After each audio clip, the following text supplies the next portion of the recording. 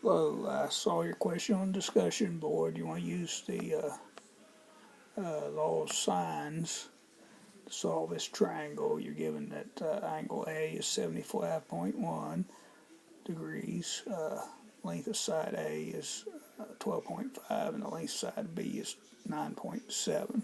So I'm trying to draw a picture here, A, B, and C. So angle A is 75.1.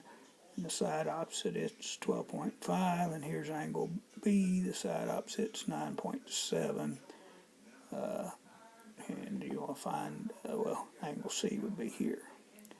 There's only one solution here. You have this angle, you have this side and this side. Since this side A is greater than B, then there's only one solution.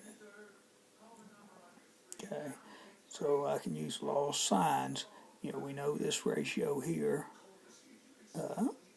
and we can find angle B since we have lowercase b here. So the sine of A over A equals sine of B over B. So at capital A here is 75.1 degrees, lowercase a is 12.5, and lowercase b is 9.7.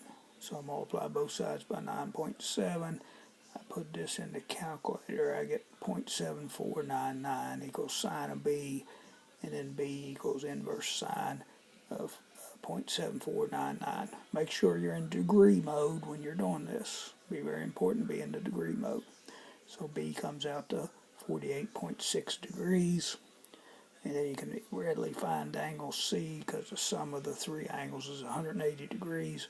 So 180 minus the two angles we have gives you angle C, which is 56.3. And so now you can come over here. I didn't finish it, but you can put the 56.3 here. A, you can put the 12.5 here, and then capital A, the angle, you can put the 75.1 here and solve for C, the last piece that's unknown. Hope this helps.